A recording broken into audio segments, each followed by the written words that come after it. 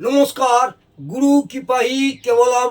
আজকের আলোচনার বিষয় হচ্ছে মৃত সন্তান প্রসব হওয়ার সংযোগ।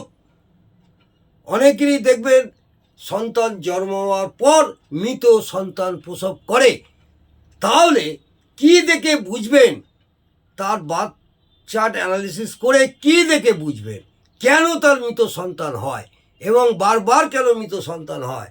তা আপনি সঠিক যদি বিচার পদ্ধতি মেনে করে থাকেন তাহলে অবশ্যই ধরতে পারবেন সেই জাতিকার বা মা বোনেদের কেন মৃত সন্তান প্রসব হয়। সেই নিয়ে দু চারটি কথা বলছি।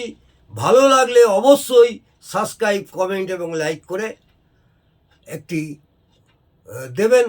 আশা করব আপনাদের প্রত্যেক দিনই শিক্ষামূলক আলোচনা করব এবং বিচারের পদ্ধতির সরলীকরণ করব এবং আগেও বিগত কয়েকদিন আগে করেছি।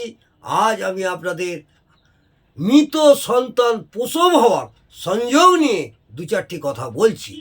আমরা সকলেই জানি সন্তানের বিচার কোথা থেকে হয়। সন্তানের বিচার সাধারণত পঞ্চম ভাব থেকে হয়, সকলেই জানেন।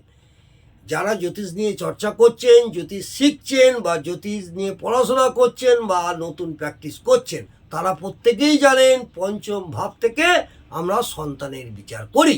এই পঞ্চম ভাবের সঙ্গে যদি অষ্টম ভাব, একাদশ ভাব এবং দ্বাদশ ভাব মারক ও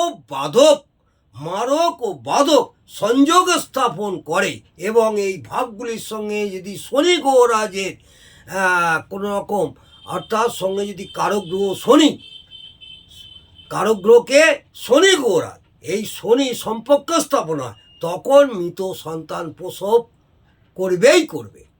আবার বলি, পঞ্চম ভাবের সঙ্গে যদি অষ্টম ভাব, একাদশ ভাব, দ্বাদশ ভাব এবং মারক ও বাধক সংযোগ স্থাপন করে এবং এই ভাবগুলির সঙ্গে যদি কারক গ্রহ শনি সম্পর্ক স্থাপন করে, তখন সেই জাতিকা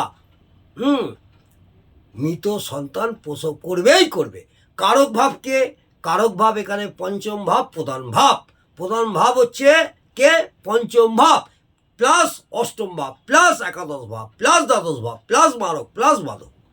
তাহলে কারক গ্রহকে এখানে শনি গ্রহরাজ, কারক গ্রহ হচ্ছে শনি গ্রহরাজ। কারক পঞ্চম ভাব সন্তানের কারক ভাব, পঞ্চম ভাব হচ্ছে সন্তানের কারক ভাব। অষ্টম ভাব হচ্ছে মৃত বা মৃত সন্তান, অষ্টম ভাব হচ্ছে মৃত বা মৃত সন্তান। একাদশ ভাব প্রসব যন্ত্রণা থেকে মুক্তি, একাদশ ভাব হচ্ছে প্রসব যন্ত্রণা থেকে মুক্তি বা প্রেগন্যান্সি কষ্ট থেকে মুক্তি। বোঝা গেল? দ্বাদশ ভাব হচ্ছে মোক্ষ লাভ, পৃথিবী থেকে চলে যাওয়া। দ্বাদশ ভাব হচ্ছে মোক্ষ লাভ, পৃথিবী থেকে চলে যাওয়া। মারক হচ্ছে মৃত্যু, বাধক হচ্ছে বাধা। শনি হচ্ছে মৃত্যুর কারক গ্রহ, শনি গ্রহরাজ হচ্ছে মৃত্যুর কারক গ্রহ। পঞ্চম অষ্টম শনি মিলিতভাবে সন্তানের মৃত্যু হয়। বোঝা গেল?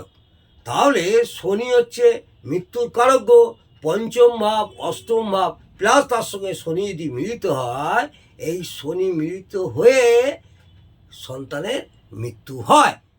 আজকে এই পর্যন্ত। যদি ভালো লাগে অবশ্যই কমেন্টে জানাবেন। নমস্কার, জয় মা তারা। ভালো থাকুন, সুস্থ থাকুন, আনন্দে থাকুন। জয় জয় তারা।